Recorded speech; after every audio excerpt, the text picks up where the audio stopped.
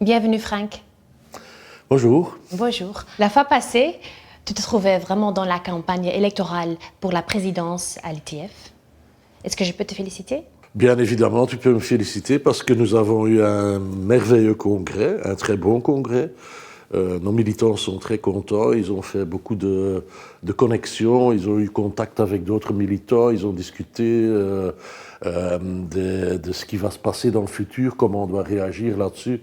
Donc ils sont très enthousiastes du congrès de Marrakech de l'ITF et moi je suis très enthousiaste puisque je vais pouvoir travailler ensemble avec l'actuel président, Paddy Crumlin, pour affronter les défis que nous aurons les années qui viennent. Donc, pour moi, c'est quand même un challenge qui est sérieux et que je veux vraiment rencontrer. Oui.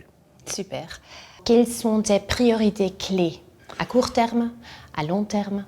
Oui, avec Paddy, je vais devoir affronter des défis qui ne sont pas des moindres. La première, c'est vraiment la montée de l'extrême droite au niveau politique. Nous avons vu que Donald Trump a gagné les élections aux États-Unis.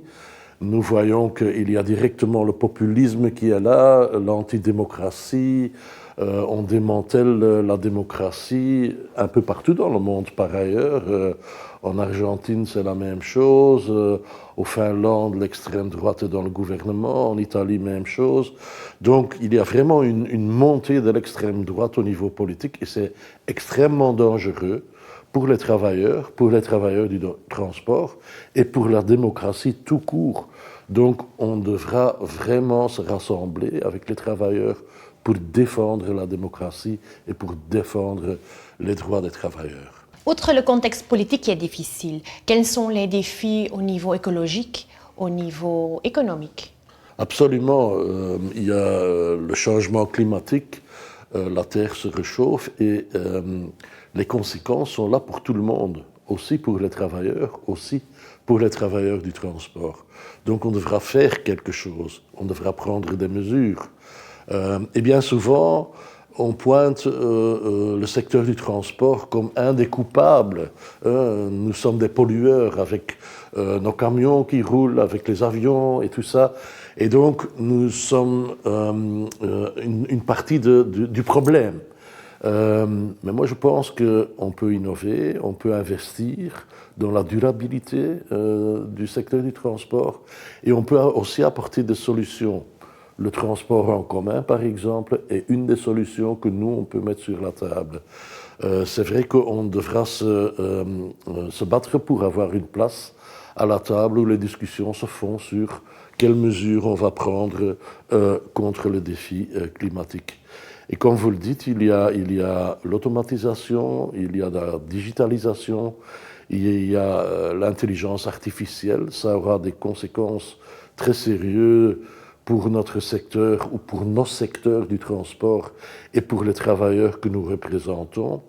Donc à nous de se battre pour qu'il n'y a pas d'emplois qui se perdent, il n'y a pas trop de conséquences pour les travailleurs dans le transport, qu'il y a quand même des programmes de formation afin qu'ils puissent continuer à faire leur job, même avec l'intelligence artificielle qui sera introduite. Donc il y a vraiment des défis qu'on doit relever et on doit se battre pour assurer les droits de nos travailleurs du transport à ce niveau-là. On vient de parler de défis qui ne sont pas les moindres. Est-ce que l'ITF est prête au niveau structurel? Je suis sûr de cela. L'ITF est une organisation très forte. Nous avons prouvé dans le passé que nous savons travailler ensemble au niveau international avec les syndicats du transport. Donc je suis convaincu qu'on peut se battre et qu'on peut représenter aussi des solutions pour les problèmes qu'il y a sur la table. Mais on peut faire plus. Je pense qu'on doit décentraliser, qu'on doit mettre plus de ressources dans nos régions, qu'on doit investir dans nos régions, mettre plus de finances, mettre plus d'hommes et de femmes qui travaillent dans nos régions afin de mieux soutenir les syndicats dans nos sections régionales. C'est vrai que nous devons vraiment faire quelque chose pour que plus de jeunes trouvent leur chemin vers les syndicats et nous devons assurer une place pour les jeunes dans notre syndicat. Et certainement, on doit faire plus pour ouvrir notre secteur pour les femmes. On reste encore un secteur assez machiste. On doit ouvrir notre secteur pour les femmes parce qu'il y a des problèmes au niveau des circonstances sanitaires, il y a des problèmes au niveau de l'agression vis-à-vis du personnel dans le transport. Et nous devons nous battre pour assurer une place pour les femmes dans nos secteurs, mais aussi dans nos syndicats.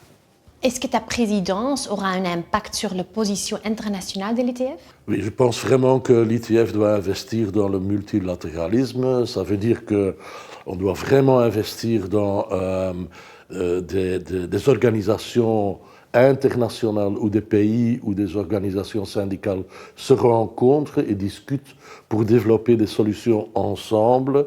Ça veut dire par exemple les Nations Unies, ça veut dire le Bureau international et l'Organisation internationale du travail à Genève. C'est vraiment des instances où on peut développer le consensus et on peut essayer de trouver des solutions en travaillant ensemble.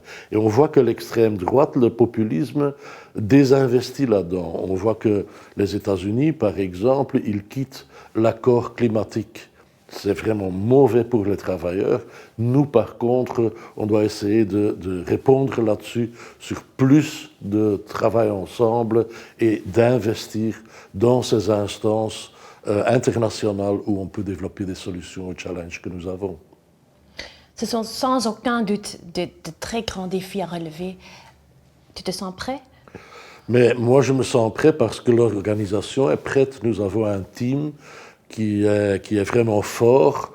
Je fais team avec Paddy Kremlin, avec Steve Cotton, secrétaire général. Donc, je pense que nous sommes prêts à affronter les défis qui ne sont pas des moindres. Ce ne sera pas facile, mais je pense qu'on est très motivés à lever ces défis. Oui. Il ne me reste que te remercier et te souhaiter bonne chance dans l'avenir. Merci bien.